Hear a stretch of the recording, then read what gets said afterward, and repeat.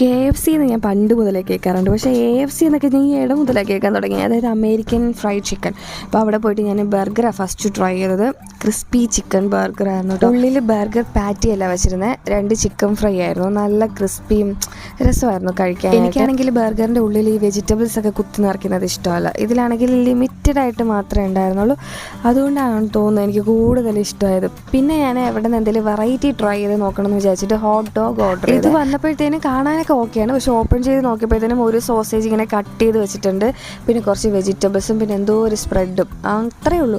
അപ്പോൾ ഞാൻ വെച്ച് ദൈവം ഇത് കൊള്ളത്തില്ലായിരിക്കും എന്നൊക്കെ. പക്ഷേ കഴിച്ച് നോക്കിയപ്പോഴത്തേനും കൊള്ളായിരുന്നു കേട്ടോ. എനിക്ക് നല്ലോണം ഇഷ്ടമായി.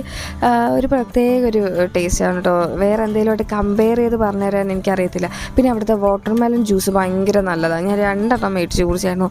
എന്താണെന്ന് അറിയത്തില്ല, ഒരു പ്രത്യേക ഒരു സാറ്റിസ്ഫാക്ഷൻ അത് കുടിക്കുമ്പോഴത്തേനും. പിന്നെ ഇതിൻ്റെ ലൊക്കേഷൻ വരുന്നത് ട്രിവാൻഡ്രത്തെ പാളയം സാഫല്യം കോംപ്ലക്സിനടുത്തായിട്ടാണ്.